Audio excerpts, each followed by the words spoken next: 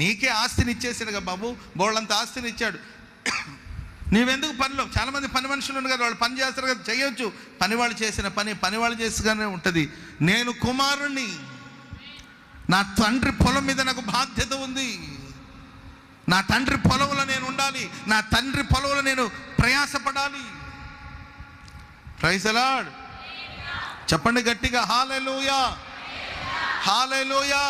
ఇన్నాళ్ళుగా నేను నిన్ను సేవిస్తున్నాను. నిజమే, ఆ మాటలో అర్థం ఉందండి,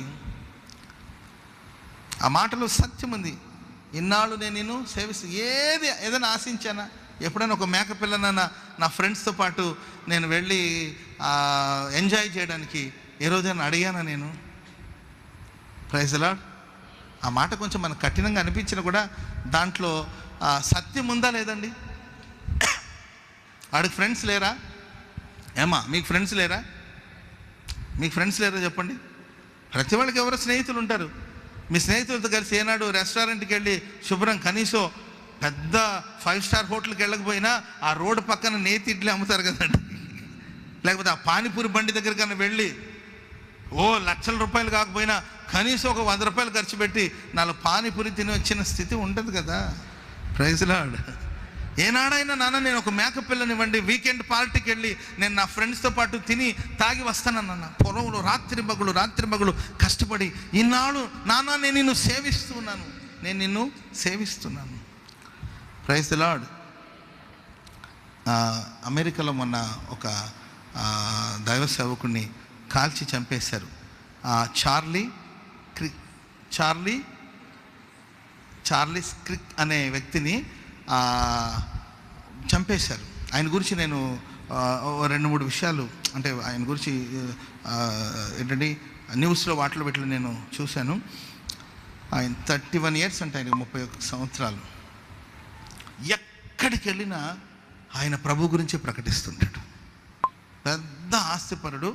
ఇంకొక 10 సంవత్సరాలు ఉంటే ఆయన అమెరికా దేశానికి అధ్యక్షుడిగా మారగలిగినంత మంచి క్వాలిటీస్ ఆయనలో ఉందంట. ఇంకొక 10 ఇయర్స్ ఉంటే ఆయన మేబీ ఫ్యూచర్లో ఆయన అమెరికా దేశానికి ప్రెసిడెంట్గా మారవచ్చు. అన్ని గుడ్ క్వాలిటీస్ ఆయన దగ్గర ఉంది. ట్రంప్ కూడా చాలా నియర్గా ఉంటాడు, ఆత్మీయుడు.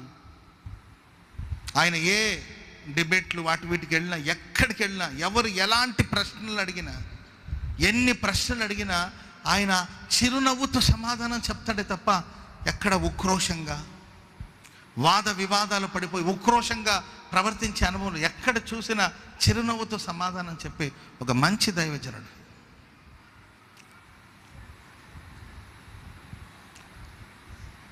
భూలోక సంబంధమైన బహుమానం లేదు, ఎదురు చూడాలని నేను కోరుకోలేదండి.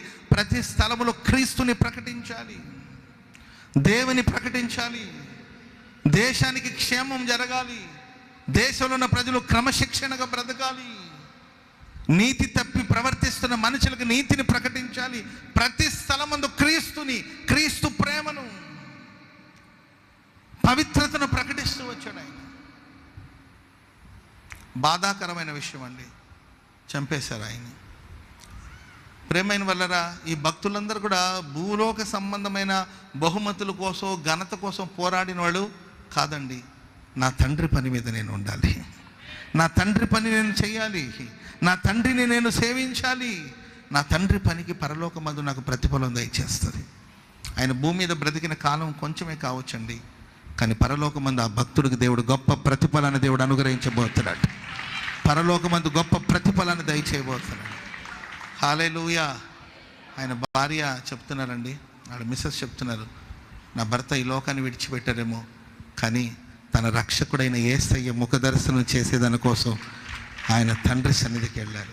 స్తోత్రం చెప్పండి, అందరూ గట్టిగా చెప్పండి, గట్టిగా హల్లెలూయా. కాబట్టి ప్రేమైన వాళ్ళరా, మనం ఈ పెద్ద కుమారుడు ఆయనలో ఉన్న శ్రేష్టమైన అనుభవం ఏంటంటే తండ్రిని సేవిస్తాడు, తండ్రి పని మీద ఉంటాడు, తండ్రి పొలంలో ఉంటాడు, తండ్రి కోసం కృషి చేస్తాడు, తండ్రి కోసం శ్రమపడే మనస్సు. భూమి మీద మనం సేవ చేసిన, భక్తి చేసిన రోజు మన పరలోకానికి వెళతాం ప్రియులారా. అక్కడ ప్రభు బలానమ్మకమైన మంచి దాసుడా, యజమానుని సంతోషంలో పాలుపొందు. చాలండి, ఇది దీనికోసం మనం పరిచర్య చేద్దాం, దీని కొరకు మనం పోరాడదాం. మనిషికి అన్న వస్త్రాలు ఉంటే చాలని బైబిల్ సెలవిస్తుంది. దేవుడు మనకు సమృద్ధిగానే ఇచ్చాడు అన్నం, మనకు వస్త్రాలు కూడా సమృద్ధిగానే ఇచ్చాడు. నాకు తెలిసినంత వరకు మనకి ఏ లోటు చేయట్లేదు ప్రభు. శుభ్రంగా తినండి, మంచి బట్టలు కట్టుకోండి, ఇబ్బంది లేదు. కానీ తండ్రి పని చేయండి, ప్రభుని సేవించండి, తండ్రిని సేవించండి. యేసయ్య అంటే నా తండ్రి పనుల మీద ఉండవలనని మీకు తెలియదా? నా తండ్రి బిజినెస్లో నేను ఉండాలి, నా తండ్రి పని మీద ఉండాలి. తండ్రి పని ఏం తెలుసండి?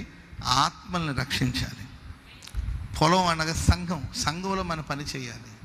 సంఘక్షేమమే ప్రాణమని భావించాలి. ఇవన్నీ కూడా ఆ కుమారులో ఉన్న పాజిటివ్. ఇవన్నీ కూడా మనం నేర్చుకుందాం. Praise the Lord. ఒకటి, తండ్రిని ఇబ్బంది పెట్టలేదండి ఆస్తి కోసం. రెండోదిగా తండ్రి సహవాసంలోనే నిలిచి ఉన్నాడు. మూడోదిగా తండ్రినే సేవిస్తూ ఉన్నాడు. కానీ ఆయన గురించి చెప్పాలంటే ఒక్క నెగిటివ్, ఒక్క విషయం ఇది మనం